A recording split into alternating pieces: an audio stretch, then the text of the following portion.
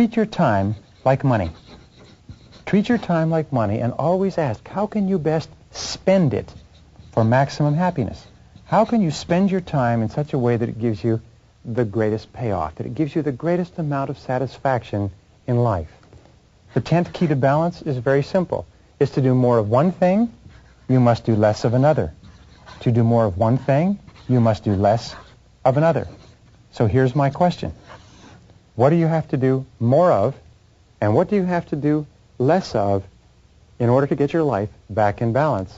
And when do you start? When do you start doing more of one thing and less of another, or less of one thing and more of another? Remember, as we said before, setting priorities in getting balance means setting posteriorities as well. Number 11. Remember that love is the most important thing in the world. Love is not just a happy, emotional thing that you get occasionally. Love is absolutely central to mental and emotional well-being. In fact, one psychologist once said, everything we do in life is either to get more love or to compensate for lack of love. So here are the keys to dealing with love. First of all, accept that love is not peripheral, love is central. Make your family central to your life, not peripheral. Put it in the middle of your life. Plan your whole life around your family. B, treat your spouse, who is the most important love relationship in your life, with special care, which means with kindness, with courtesy, with consideration. Treat your spouse as though he or she were the most important person in the world, because in most cases, he or she is. And number 11C is the universal maxim of Immanuel Kant, which is the question you ask in considering everything, which is, what kind of a family would my family be if everyone in it were just like me? Try to see your family through your own eyes. Try to look at your family from the perspective of how would they act or feel or behave if I treated them the way they treat me, if they treated me the way I treat them. And if you always practice the golden rule with your family, you'll be amazed at how much more sensitive you are to the things you can do or not do that make a difference. Now, number 12, here's the key to balance. I travel 120 to 150 days a year, and people ask me this all the time, and here it is. The key to balance? Do just two things.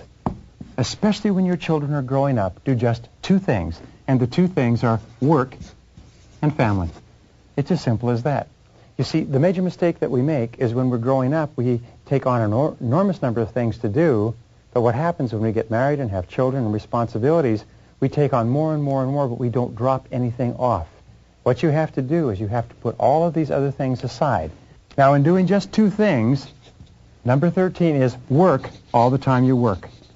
Work all the time you work. This is the key to balance. Work all the time you work. Now, here's what happens.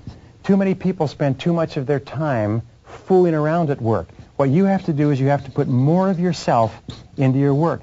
Because every minute that you spend fooling around at work, socializing and wasting time, which causes your work to accumulate, causes you to have to take it home in the evenings and on the weekends, is time that you're taking away from your family.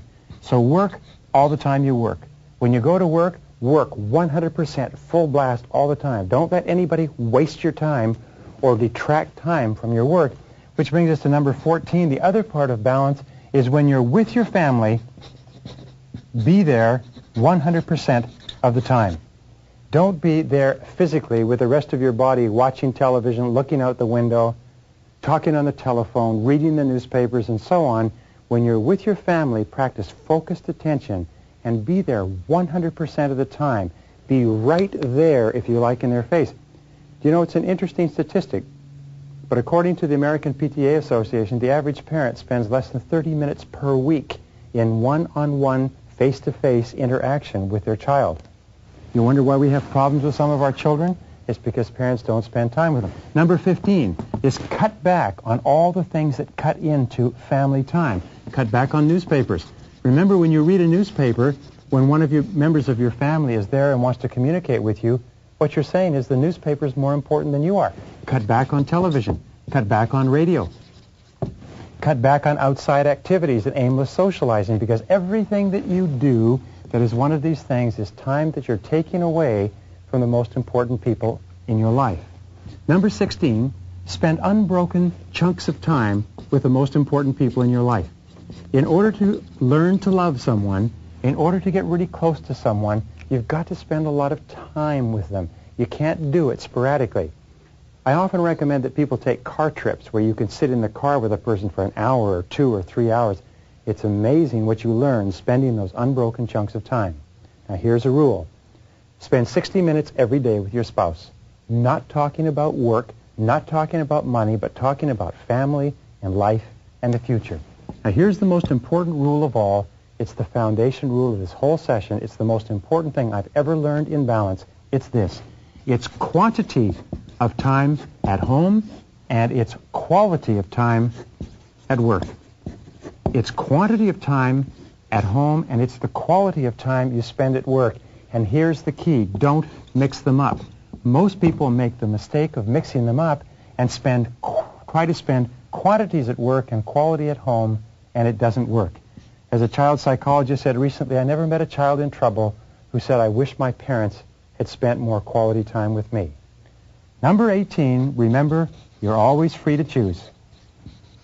You're always free to choose. You're always free to set priorities. You're always free to choose the order or the sequence of events. Is that you always choose what's most important to you. So the most important thing of all is in balancing home and family, balancing the most important people in your life with your work. Always put them first. Always put them on the top. And remember, the whole purpose of time management is this.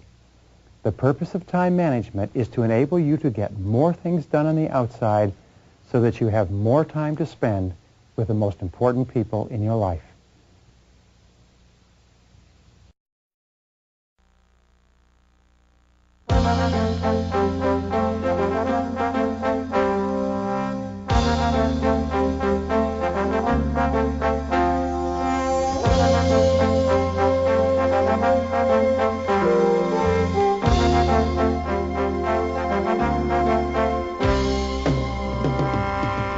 The one thing that makes you unique from every other human being in the world is the way you think.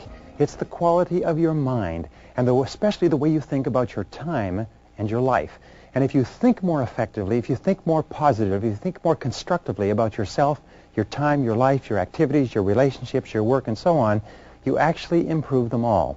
So in this session, I want to talk to you about the qualities of thinking of truly superior men and women and show you how you can develop them on an ongoing basis as you go about your day-to-day life. The first thing I want to talk about is what is called the development of a personal philosophy of time. A personal philosophy of time. Now, personal philosophy of time also means a personal philosophy of life. What is life? What does it mean? What does it stand for? And in life, there are two basic worldviews, and basically they're at opposite ends of the pole, and sometimes we fall in the middle. But the first worldview is a benevolent worldview. People with a benevolent worldview are those who have a positive mental attitude, generally speaking, toward themselves and their life. They believe in their own potential. They believe in love and life and beauty. They believe in growing to the realization of their full capabilities. They believe that life is pretty good and that they can have a major impact. They can make a contribution and do something substantial with their lives. People with a benevolent worldview are the movers and shakers and the builders of all of time. Now, the other type of people are those who have a malevolent worldview. These are people who have a negative mental attitude, if you like, and they have, first of all, a negative mental attitude toward themselves. They have a negative mental attitude toward other people, toward the world. They see injustice and oppression. They see unhappiness and misery. They see unfairness and people having a hard life. They have a tendency to be angry and to have low self-esteem, but always a malevolent worldview requires someone or something else to blame, someone or something to criticize, something to be down on. That's why you find that people with a malevolent worldview are always in contra-opposition, or if you like, in conflict with people with a benevolent worldview. In order for you to achieve your potential, remember the most important people, the most productive people, the most creative people are always those who have a benevolent, positive, constructive worldview, and that's your goal. Now, the second part of a philosophy of time management is to take the long view. This is so important, but Dr. Edward Banfield of Harvard University studied success for years and years in this context. He said, what are the characteristics of people that cause them to move up socioeconomically in the course of their lifetime? What are the predictors of upward social evolution? And what he found out was that long-time perspective was the critical factor, that this is an attitude. And people with long-time perspective, as we mentioned briefly before, are those who take a look at where they are now and where they want to be in 20 years. And they make sure that everything that they're doing today is going to help them in the long term. They are willing to work hard today knowing that the payoff will come much, much later. And as you go up socioeconomically, you find that people's time perspective stretches out further and further. So develop the long view. Now, when we say developing the long view, we mean that people with the long view are willing to sacrifice in the short term for benefits in the long term. They're willing to study and prepare and plan and work. They're willing to practice the law of accumulation, which says that every great achievement is an accumulation of hundreds and thousands of efforts that a person puts in that nobody ever sees, but a person is willing to do it, realizing that the payoff will be tremendous. Taking a time management course or program and learning these things is an investment of time with a payoff that can last for a long time. Now, the third key, which comes out of the long view, is the ability to delay gratification. Economists agree that the number one reason why people or even economies fail is because of the inability to delay gratification. They want to spend all of their time, all of their money now. They want to have fun and do what is fun and easy rather than what is hard and necessary. W. Clement Stone said, if you cannot save money, then the seeds of greatness are not in you. If you cannot save money, then the seeds of greatness are not in you. If you cannot delay gratification and engage in short-term pain for long-term gain, then the seeds of greatness are not in you. One of the most valuable things that we can teach our children and teach our staff is to think in the long term. All of us, over the course of our lives, want to develop character, and character has been defined several ways. One definition I like is that character is the ability to follow through on a resolution after the enthusiasm with which the resolution was made has passed. So taking this course, by the way, you will make a lot of decisions and commitments and resolutions. The true measure of character is whether or not you have the capacity to follow through. Character, in effect, is self-discipline in action. Character is self-discipline in action. You can tell how much character you have by how willing you are to discipline yourself to make the sacrifices that are necessary in the short term to have a great life in the long term. Now, once you've done this, number 5 is to take the short view. A key part of time management is to take the short view, which means to measure out your time in minutes. We find the most productive people in our society, the most important, the most prominent, are those who are the most fastidious about their time management. They measure out their time in 10-minute chunks, like accountants and lawyers and doctors, whereas unsuccessful people measure out their times in half days and full days and weeks. So take the short view. Be fastidious about your time. Following that is know where your time goes. Know where your time goes. Take the time to think. Know where your time goes so that you can ask yourself if this is how you want to spend your time. Analyze it. Keep a list of how you spend your time. Look and ask yourself all the time, is this consistent with what I want to do and what I want to accomplish? And number 7 is learn how to say no. Just say no if a particular activity does not contribute to the highest value use of your time. Just say no if something is not helping you. Use the techniques of delay in order to gain time to think about whether or not you want to do something. One of the best techniques I've ever used and discovered is what is called the 24-hour technique. No matter what anybody wants you to do, ask for 24 hours to think about it. Think about it overnight. Think about it over the weekend. Think about how you're going to say no, and just say no to anything that does not contribute to accomplishing things that are important to you. Now, an 8th key in developing a philosophy of time management is to remember that time equals money. Time equals money. If a person asks you for a certain amount of time, or if an activity takes a certain amount of time, ask yourself, how much money would you be willing to exchange for the successful completion of that activity? If you want to earn a certain amount of money, ask yourself, how much of your time are you willing to spend? How much of your money are you willing to contribute? Successful people always look at time and money, and they realize that the two are interchangeable. Now, here's another important point. You can invest time to get more money. You can invest money to get more time. And time and money put together equal happiness. Happiness, or life, we can call it life, but basically happiness is a better word. So always exchange time for happiness. Always exchange money for happiness. Always realize that they're interchangeable and that you can either invest them or you can spend them. If you invest them, you'll have a return. If you spend them, then they're gone forever. And this brings us to the ninth key in developing a philosophy, which is that you need to look at everything that you're expected to do based on your hourly rate. If your desired hourly rate is 10 or 20 or 30 or 40 or $50 an hour, then you ask yourself, is what I am doing now paying my hourly rate? Is what I'm doing now worth my hourly rate? Or ask yourself this way, when you're reading the newspaper or watching television or sitting around socializing, would you pay another person your hourly rate to engage in this activity? How much would you pay per hour to have a person watch television for you? When you're watching television, you should ask yourself, how much would I pay per hour to watch this television show? The average person doesn't realize, but the amount of time that they spend watching television is in itself, if it were used to upgrade your skills and abilities, it's in itself enough to make you rich over the course of your working lifetime. A television can cost you thousands of dollars, even tens of thousands of dollars a year, if you don't think about the fact that when you're watching television, you're not doing something that is increasing your productivity. And this brings us to number 10, one of the most important of all laws in developing a philosophy. It's the law of comparative advantage. The law of comparative advantage is an economic law that says that you should always hire or pay someone else to do something that can be done if they can be paid a lower hourly rate than the rate that you desire. For instance, if your goal is to earn $25 an hour and it costs $6 an hour to mow your lawn or wash your car, you should always hire someone to do that. You should always pay someone else at a lower hourly rate so that you can free up your time to perform higher value activities. All of companies and organizations are designed around this. The individual starts off doing everything, and then as a company becomes busier and more successful, what the individual does is they hire people to do lower value activities so you can spend more time doing higher value activities. Don't ever do $5 an hour work if you want to earn $25 an hour. Don't ever work on low value activities if you want to earn the results that come from completing high value activities.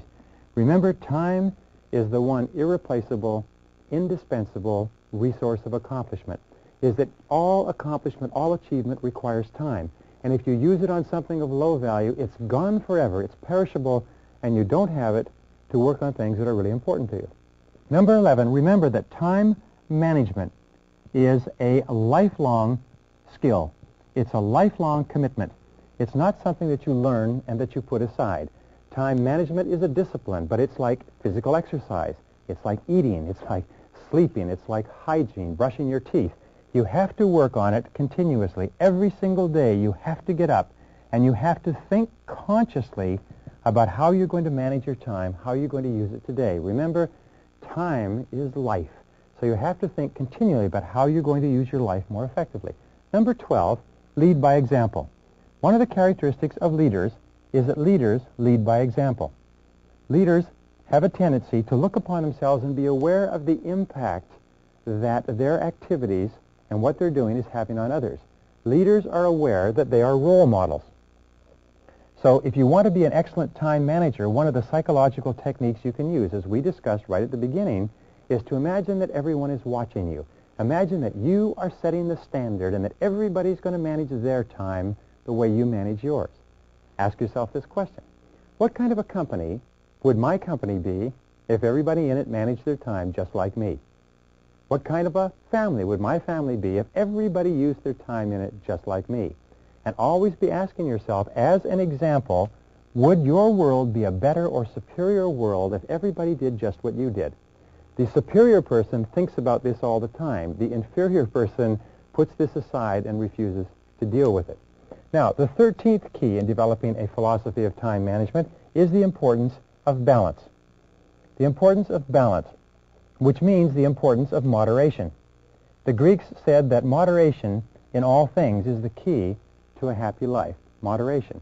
Now, sometimes people say, well, I don't have time for my family. I don't have time to exercise. I don't have time for this and time for that. Whenever you find yourself getting out of sync with regard to balance, and especially when you feel that you don't have the time, is when you most need to stop and think. So here's the question to ask. What would I do if I only had 6 months to live? If you find yourself working too hard or not spending time in your relationships, not spending time with the people you care about and who care about you, then ask yourself, what would I do if I only had 6 months to live? And if what you would do is you'd spend more time with the important people in your life, the time to start spending that time is now. So what would you do if you had 6 months to live? You know, it's an old joke that doctors say is that they never met a businessman on his deathbed who said, boy, I wish I'd spent more time at the office. The fact of the matter is that balance and moderation in all things increases your productivity, increases your efficiency. And remember, the only reason you're working is so that you can enjoy the great things of life, which are your people, your relationships, the things that make you happy, and so on. Number 14, which brings us to that, is that relaxing, letting go, vacations are a wonderful use of time. Is that you need to recuperate. You need to recharge your batteries. So one of the smartest things to do at the beginning of the year is plan all of your vacations in advance. Send them the money. Book the travel facilities and the hotel facilities.